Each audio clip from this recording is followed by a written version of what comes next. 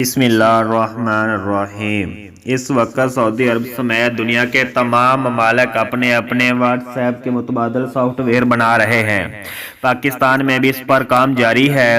اس کی بڑی وجہ ہر ملک کی اپنی ایجنسیز ہوتی ہیں، اپنی فوج ہے، حکومتی ادارے ہیں، جس کی وجہ سے ان کے درمیان ہونے والی گفتگو غیر محفوظ ہے۔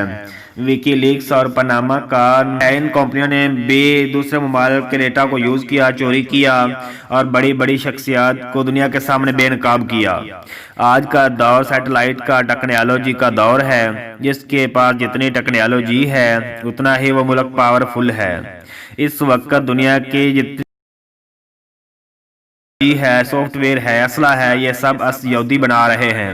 یہی وجہ ہے کہ یہودی چاہتے ہیں کہ داؤد علیہ السلام کی طرح، سلیمان علیہ السلام کی طرح پوری دنیا پر ان کی حکمرانی ہو، وہ اسرائیل میں بیٹھ کر دنیا کو چلائیں۔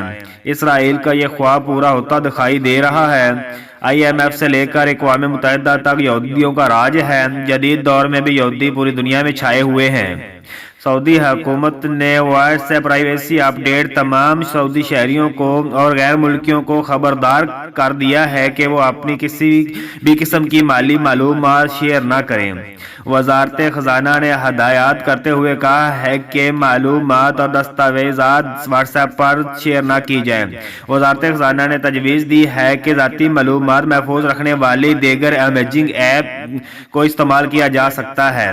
لہذا سعودی حکومت نے واضح الفاظ میں کہہ دیا ہے کہ سعودی عرب میں رہنے والے واٹس ایپ سے پرہیز کریں۔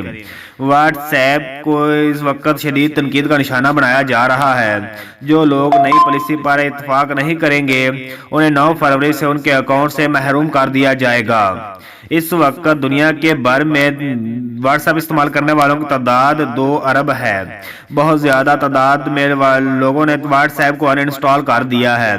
اس بات کا اندازہ اس بات سے بھی لگایا جا سکتا ہے کہ 72 گھنٹوں میں 20 ملین لوگوں نے ٹیلی گرام ایپ کو اپنے موبائل میں انسٹال کیا ہے۔ دوسری جانب ترکی، جو مسلمانوں کی دفاع کے لیے ہر وقت تیار ہوتا ہے، اس نے بھی اپنی ایک ایپ بنائی جس کی مقبولیت اتنی بڑی کہ ترکی کی عوام نے 80% عوام نے واٹس ایپ کو ڈیلیٹ کر دیا ہے اور اپنی وہ ایپ کو انسٹال کر لیا ہے، جس سے واٹس ایپ کو اربوں ڈالر کا نقصان ہوا ہے۔ یہی وجہ ہے کہ واٹس ایپ کو فوراً اپنا وزارتی بیان جاری کرنا پڑا کہ واٹس ایپ پر کی جانے والی گفتگو کمپنی دیکھ نہیں سکتی اور نہ ہی اس کو یوز کرنے کا اختیار ہے۔ واٹس ایپ اور فیس بک سمیت کوئی بھی پرائیویسی میسج پر رسائی حاصل نہیں کر سکتی۔ واٹس ایپ کمپنی نے یہ بھی کہا ہے کہ واٹس ایپ کے تمام گروپ پرائیویٹ رہیں گے، تمام صارف کے نمبر پرائیویٹ رہیں گے، کوئی بھی کمپنی ان تک رسائی حاصل نہیں کر سکتی۔